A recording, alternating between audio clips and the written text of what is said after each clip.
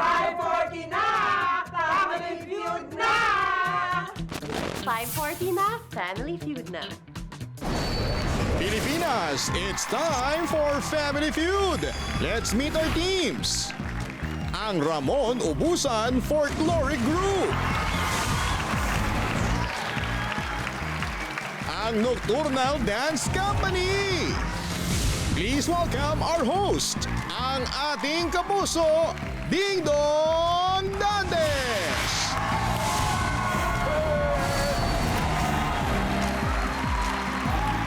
Magandang hapon mga kapuso! Sino ba rito ang mahilig sumayaw? Alam nyo, tamang-tama yan.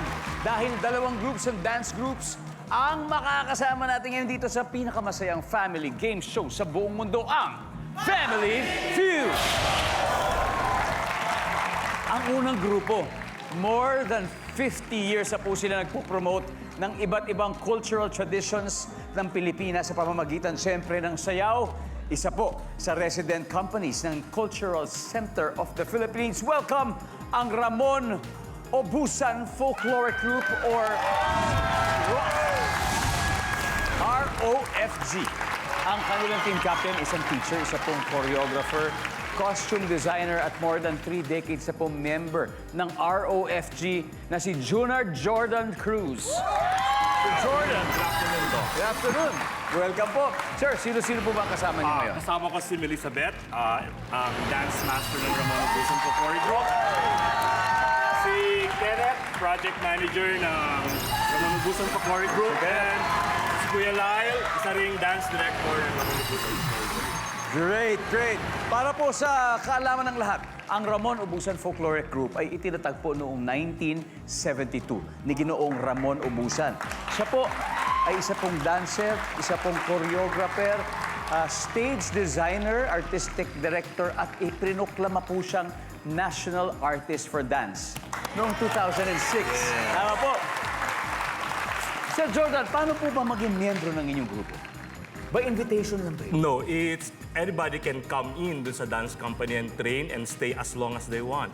Because ang folk dance, kailangan siya open sa lahat ng mga Pilipino. Bata, matanda, lalaki, babae, basta gustong sumayaw, welcome sa amin. Dahil siyempre yan ay bahagi ng ating kultura. Yes. Siyempre magandang makita rin natin visually, di ba, ang ating minamahal na kultura sa grupong ito. Please welcome ROFG.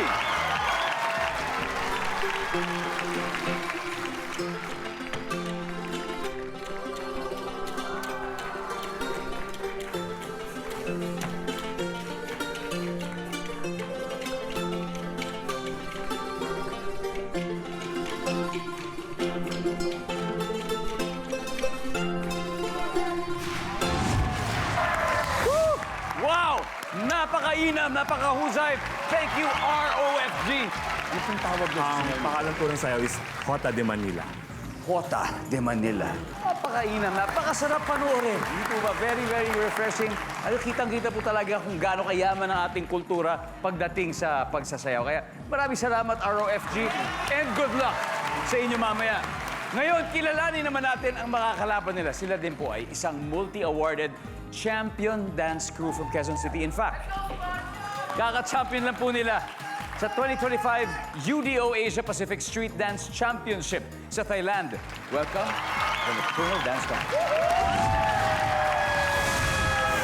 Ang kanilang team captain, 7 years na pong member ng NDC, si Sparkly Jones Dakara. What's up, Spark? Yo, what's up po? Let's go! Spark, kamusta ang buhay?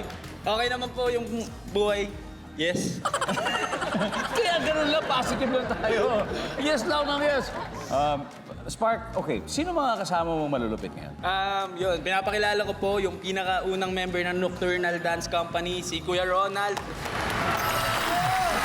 And ang isa po naming member and teacher na si Clary Dance Pasqua. Betso. Betso. And ang isa sa pinakamatanda na sa Nocturnal, Coyote. Woo! Yeah! Ilan ba kayo sa grupo? Usually umabot po kami ng 20, pero ngayon 15 po kami. 15, no? Talagang sarap panoorin pag napakaraming, tas sabay-sabay yung kilos. Kakaiba talaga. Alam niyo, trademark po nila, yung unique dance style na tinatawag na Philep. Di ba? Ibig sabihin ng Philep ay... Filipino ethnic swag. Okay, pakinggan. Filipino ethnic. Masarap pakinggan, pero mas masarap siguro panoorin. Yes! Ayan na lang, Filipino ethnic Nocturnal Dance Company.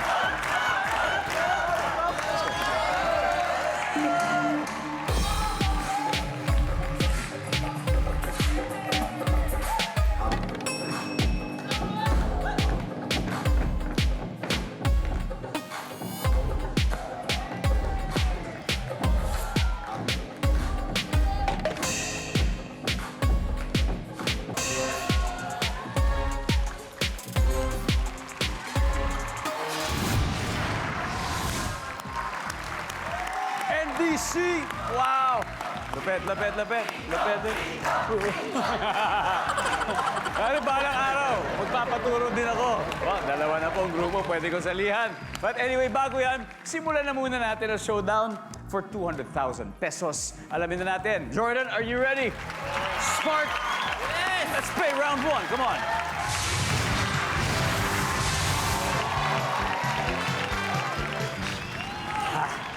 Good luck. Narito ang unang tanong. Nag-survey kami ng 100 Pinoy and the top 6 answers are on the board. Bukod sa bahay, saang pang lugar okay lang maghubad ang lalaki? Jordan. Spa. Sa spa. Nandiyan ba ang spa? Spark. Bukod sa bahay, saang pang lugar okay lang maghubad ang lalaki? Spark. Sa swimming pool. Swimming pool. Siyempre. Nandiyan ba ang swimming pool? Spark, pass or play? Pass po, pass. Pass! Okay. Jordan, kayo maglalaro.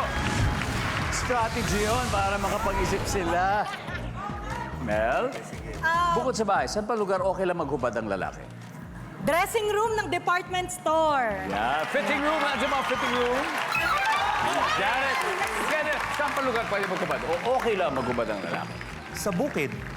Sa bukid. Pwede. Habang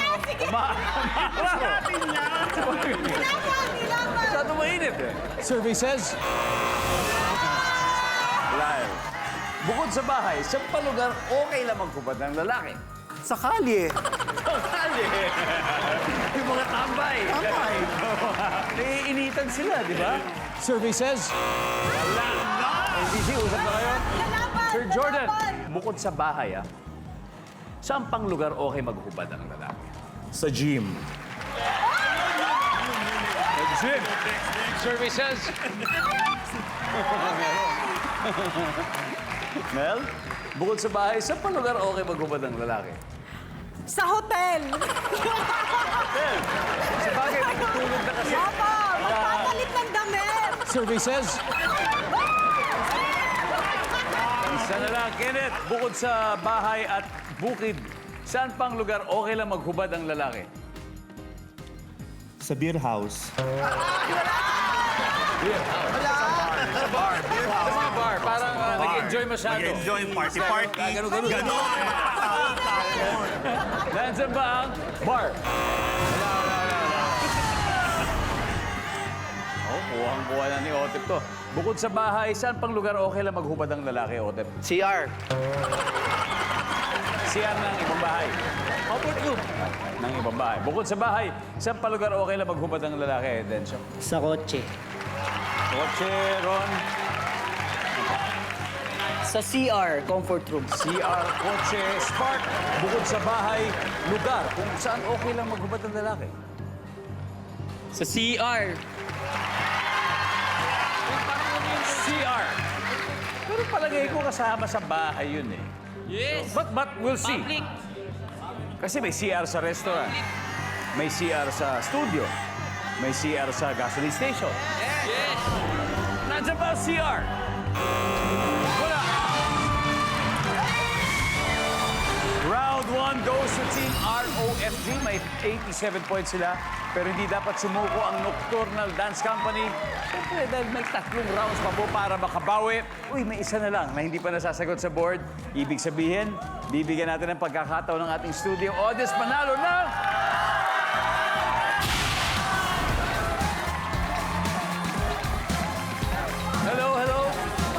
What's your name? My name is Angel Yulizano. Hi, Angel. Okay, for 5,000 pesos, sa palagay mo, bukod sa bahay, saang palugar okay lang maghubad ang lalaki? Basketball court.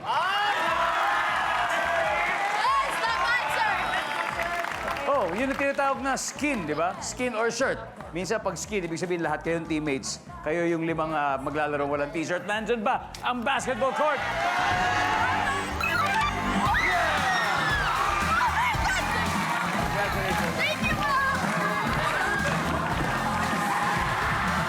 Alright. Welcome back to Family Feud kung saan lahat po pwedeng sumali, lahat po pwedeng manalo. Bukod na po dito sa studio players natin at studio audience, pati po ang mga viewers na nanunood ay panalo rin. Dahil 100,000 pesos ang ipinamimigay po natin araw-araw sa 5 lucky winners sa ating Guess to Win promo. You know, we started the first question kanina, kaya abangan niyo po, may dalawa pa po tayo throughout the game. Kaya good luck sa inyo. Okay? Now back to the game. Ang nakakascore pa lang ay ang ROFG with 87. Kaya oras na para bumawi ang Nocturnal Dance Company. Ang next na magtatapat, si Mel and si Ron. Let's play round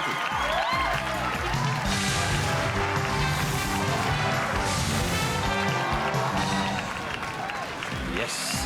Eto na, top 7 answers lang hinahanap natin. Huwag kang magsasabi ng bomb joke. Lalo na kung ikaw ay nasa blank. Mel. Airport. Airport. Yung bomba, di ba? Huwag ka magsasabi ng ganun. Biro ang sabi ng survey ay... Top answer. Mel, pass or play? Play po. Play. Okay, Ron, balik muna tayo. Let's go, Mel. Kenneth, huwag ka magsasabi ng bomb joke, lalo na kung ikaw ay nasa... Sa mall. Sa mall. Sa mall. Survey? Yes. Lyle, huwag ka magsasabi ng bomb joke, lalo na kung ikaw ay nasa... Government building. Government building? Jordan, huwag ka magsasabi ng bomb joke, lalo na kung ikaw ay nasa... Public park. Public park. Park na lang, park. Wala rin. Nocturnal, huddle lang kayo. Mel, you have to get this. Huwag ka magsasabi ng bomb joke, lalo na kung ikaw ay nasa... School. Good. There you go. Survey says... Yup. 4 more, Kenneth. Saan pa kaya? Sa opisina. Office.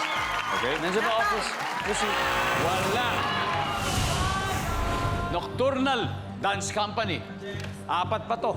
Isa lang kailangan natin, Otep. Huwag ka magsasabi ng bomb joke. Lalo na kung ikaw ay nasa... Hospital. Okay. Bangko. Bangko, Ron. Sa kotse habang nagdadrive. Habang nag-drive spark, isang tamang sagot lang. Huwag ka magsasabi ng bomb joke. Lalo na kung ikaw ay nasa... Bangko. Bangko. Nandiyan ba yan? Wala. Dahil dyan, back-to-back wins ng Team ROFG. May 143 na sila, 143. Ang Nocturnal Dance Company, kalmado lang kasi may chance pa naman sila bumawi. Mamaya sa 2 pang round sa darating.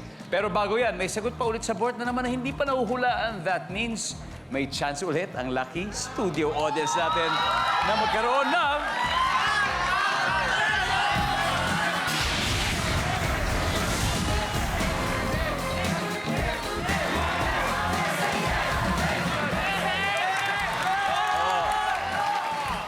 Ano pangalan natin? Vincent po. Ha? Vincent. Vincent! Oh, huwag ka magsasabi ng bomb joke, ha? Lalo na kung ikaw ay nasaan. Simbahan. Nandiyan ba, simbahan? Yeah! Boom! That's better. Okay, we got 3 more. Number 6. Sorry. Number 4. And finally, number 3. Welcome back to Family Feud. Dahil po mahilig sumayaw ang ating studio audience, meron daw gusto mag-audition ngayon. Tignan nga natin kung papasa sila sa panlasa ng ating guests. Hindi, habang nag-break tayo, talagang kinulit nila kami. Gustong-gusto talaga nila. Kaya tawagin na natin si Echo at si Christian. Echo! Hello po. Echo, Christian. Okay. Tiga saan ba? Christian, tiga saan ka? Tiga. Cavite po. Echo. QC po, please. QC. Okay, ano ba klaseng sayaw ang hilig niyo? Breaking. Breaking. So parang breakdance o breaking news? Breaking. Breakdancer. Breakdancer. And ikaw naman? Cramping. Cramping. Oo, kakaiba. Oh, sige. Medyo mukhang talaga mainit ang mga bata natin. Magpapatugtog kami ng music at magsushowdown. Ready na ba? Okay ka na? Okay. Let's give it up for Christian and Echo.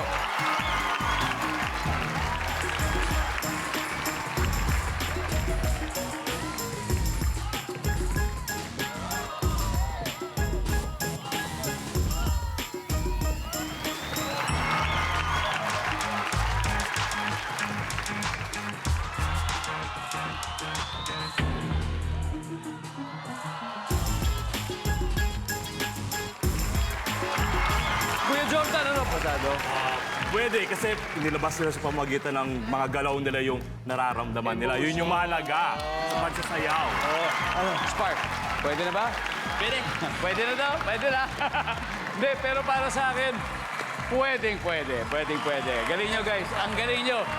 Alam nyo, paglaki ko, gusto ko katulad nyo. Gagayahin ko kayo. Anyway, balik po tayo sa game. So far, ang ROFG pula ay may 143 points. Habang ang Nocturnal Dance Company ay wala pang puntos. Kaya ito, susunod na maglalaban ay si Kenneth at Benzo. Let's play round 3.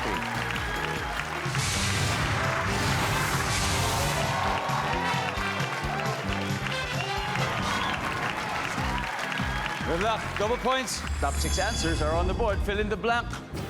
Minatamis na blank. Kenneth. Saging. Pinoy na Pinoy. Minatamis na saging. Saba. Kenneth, pass or play? Play. Play na naman. Let's go! Lyle, fill in the blank. Minatamis na Kamote. kamote or kasama. Yan. Kamote. Yan, paborito ng staff ng Family Feud. Anyway, Jordan, fill in the blank. Minatamis na blank. Beans. Parang yung nilalagay sa halo-halo. Minatamis sa beans. Ay, wala. Pero biglang natakam ako sa halo-halo. Grabe naman yun. Mel, minatamis na blank. Buko onyog. Buko onyog, survey says. Kenneth, fill in the blank, minatamis na. Sibuyas. Minatamis na sibuyas. Caramelized. Ganun. Ganun yan. Minatamis na sibuyas. Wala. Ano? May hilig ba kayo sa matamis? Kung oo, masasagot ito. Otep, fill in the blank, minatamis na. Mani. Benso? Manok. Ron? Minatamis na pagmamahal. Wow! Anong luto doon? Pinakuluan? O prenito? O bake? Pinakuluan. Pinakuluan. Okay. Fill in the blank, pare. Para makascore naman kayo, Spark. Minatamis na blank. Na mani. Minatamis na mani. Nandiyan ba yan? Services.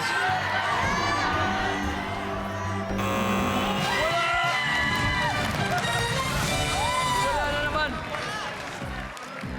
O, parang peanut brittle, di ba? Yun yung sinasabi niya. Okay. Bakit kaya? Anyway, tignan muna natin ano yung mga hindi pa nakukuha. Number 6, please. Mais. Beans kasi yung kanina eh. Number 5. Number 4. And finally, number 3. Minatamis na mangga. Matamis na yung mangga eh. Baka yung mga dried mango siguro, gusto sabihin. Anyway, narito ang scores after 3 rounds. Team ROFG may 261 points. Habang ang Nocturnal Dance Company ay wala pang puntos. Pero wag po kayo aalis. Then susunod siyempre ang final round. At ang huling pagkakataon nyo manaro ng 20,000 sa ating Guest to Win promo. At mangyayari lahat ng yan sa pagbabalik ng Family Feud. Welcome back to Family Feud. Mula po Batanes hanggang Tawi-Tawi, may nanonood po sa atin. Kaya hello po sa inyo dyan sa Basco, Batanes. Labrador, Pangasinan. Chaong, Quezon. Tinambak, Camarines Sur. Toledo, Cebu. Tipo-tipo, Basilan. At sa Bonggao, Tawi-Tawi, alam nyo, lagi po kaming happy dahil napapasaya namin kayo. Samantala, recap ulit tayo ng scores. Ang ROFG ay may 261, habang ang Nocturnal Dance Company wala pang puntos. Kaya ito tawagin natin ang maghaharap sa last head-to-head battle. Lyle and Otep, let's play the final round.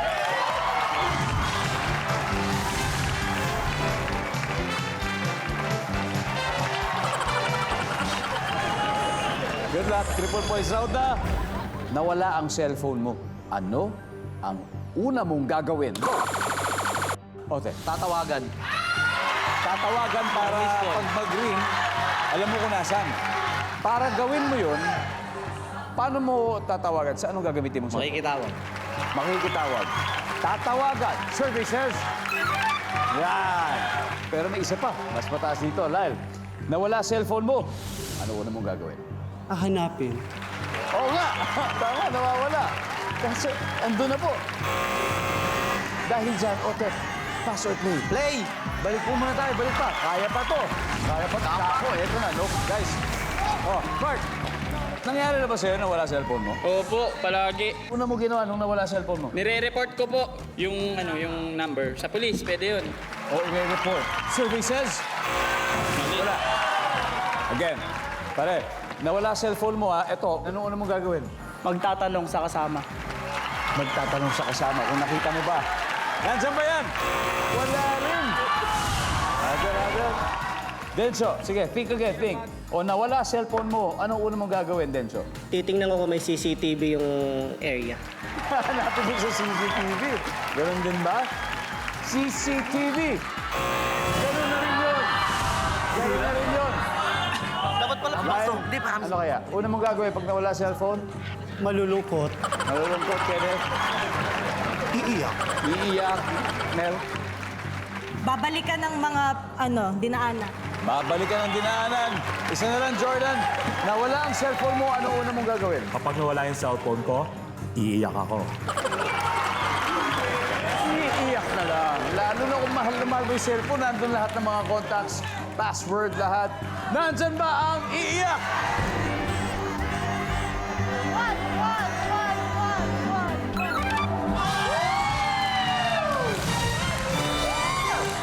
Meron pa tayo hindi nakuha. Sige nga, tignan lang natin number 3. And finally, ang top answer natin ay... Pwede bibili tayong bago. Di ba? Ang ating final score, ROFG, 330. Nocturnal Dance Company. Maraming salamat, Otep. Mabuhay kayo. At sa mga susunod yung contest, alam kong kaya-kaya at mananalo kayo, mananalo. Palakpakan po natin sila na mag-uwi ng 50,000 pesos. Thank you. And of course, congratulations po sa inyo. Kuya Jordan, sino ang papasok sa Fast Money Round? Ako at si Luis Alin. Mel and Jordan, welcome back to Family Feud. Kanina nanalo na ang Ramon Ubusan Folkloric Group ng 100,000 pesos. Goal po nila ay makakuha ng total cash prize of 200,000 pesos. Panalo rin ang 20,000 ang napili niyong charity. Mel, ano bang napili niya? Ang napili po namin ay Ramon Ubusan Folkloric Foundation Incorporated. Of course, yeah. Inyong beneficiary. So while Jordan is in the waiting area, it's time for Fast Money. Give me 20 seconds on the clock, please. Okay. Ano karaniwang sinasabi ni nanay kapag bumili na naman ng bagong damit ang kanyang anak? Go. Ang mahal niyan. On a scale of 1 to 10, gaano ka masunurin ng mga motorista sa traffic rules? 3. Ano ang kailangan pag mag-organize ng volleyball competition? Leader. Hindi dapat pinapayagang kumandidato ang mga blank. Kurakot. Una mong naiisip pag sinabing palaka. Tumatalon. Teacher Mel, tignan natin kung ilang points na nakuha nyo. Karaniwang sinasabi ni nanay, pag bumili na naman ng bagong damit ang anak niya, sabi, oh, ang mahal niyan. Gastos na naman. Survey says. Ayan. On a scale of 1 to 10, gaano ka masunurin ng mga motorista sa traffic rules? Sabi mo. Ang sabi ng survey, anong kailangan pag mag-organize ng volleyball competition? Sabi mo, leader. Survey says, uy, it's okay. Hindi dapat pinapayagang kumandidato ang mga korap. Survey says, yan, mga kurakot. Una mong naisip pag sinabing palaka, ang sabi tumatalon. Ang sabi ng survey. Nice one! Very good start, Teacher Mel. Balik na po tayo. Let's welcome back Jordan. Hi, Jordan. I have good news for you.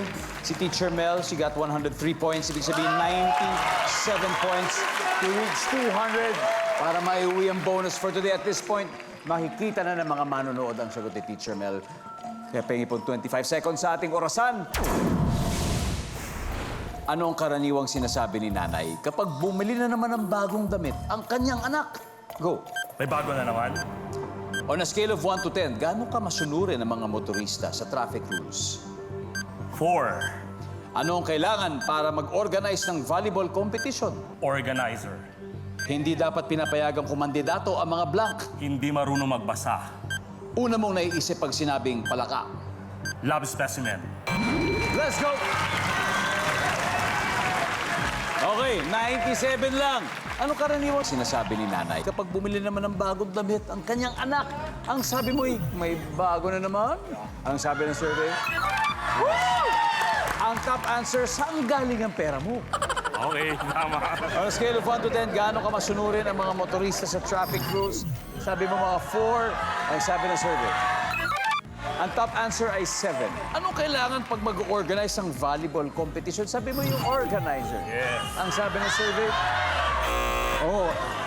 Ang top answer dito ay yung players mismo. The volleyball players. Hindi dapat pinapayagang kumandidato ang mga